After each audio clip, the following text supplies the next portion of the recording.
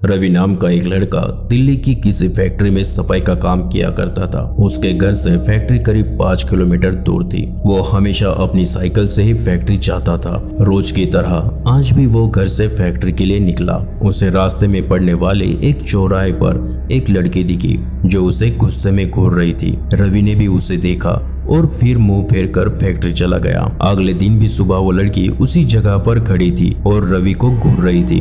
रवि ने पलटकर लड़की को नहीं देखा और सीधे अपने काम पर चला गया। रोजाना इसी तरह हफ्ते भर वो लड़की चौराहे पर खड़ी होकर रवि को घूरती रहती थी और रवि उसे अनदेखा करके फैक्ट्री चला जाता था। करीब 7 दिन बाद जब रवि फैक्ट्री जा रहा था तो उसे वो लड़की उस जगह पर खड़ी नहीं दिखी। रवि के मन में हुआ कि आखिर क्या हुआ होगा कि वो लड़की वहाँ नहीं है। रवि ने सोचा कि उस लड़की से कुछ पूछने या बात करने में भी डर लगता था क्योंकि वो लड़की बुरी तरह से घूरती थी। इन्हीं ख्यालों के साथ वो फैक्ट्री पहुंचा और साफ सफाई करके शाम को घर लौट गया। वो लड़की एक हफ्ते तक उस चौराहे पर नहीं दिखी। एक दिन जब शाम को वो लड़का घर पहुंचा तो उसे अपने बेड पर एक चिट्ठी दिखी। उसमें लिखा था, मेरा नाम प्रीति है, मैं तुम्हें एक हफ्ते पहले रोज एक चौराहे पर दिखती थी, तुम वहीं पर खड़े होकर मेरा इंतजार करना। उस चिट्ठी में एक फोटो भी थी जो उसी चौराहे पर खड़ी लड़की से मिलती जुलती थी। लड़का मन ही मन में सोच रहा था कि आखिरकार इसे मेरे घर का पता कैसे मिला होगा और ये चिट्ठी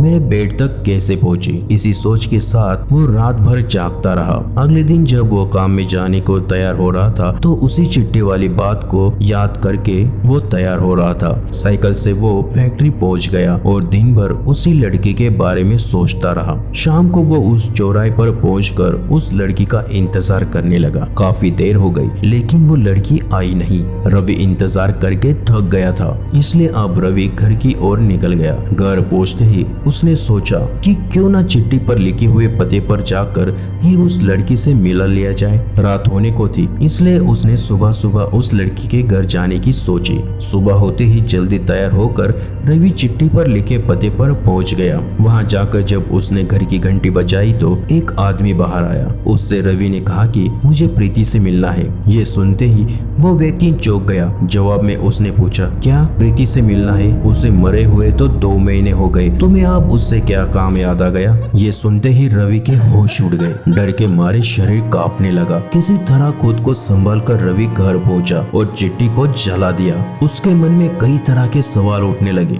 उसने सोचा कि वो लड़की रोज मुझे दिखती थी, वो भूत थी, मुझे एक भूत ने चिट्ठी भेजी थी। यही सोचकर वो घर में दुबक कर बैठ गया। उस दिन से रवि ना तो रास्ते में किसी को देखता था और ना ही किसी अनजान इंसान के बारे में सोचता था।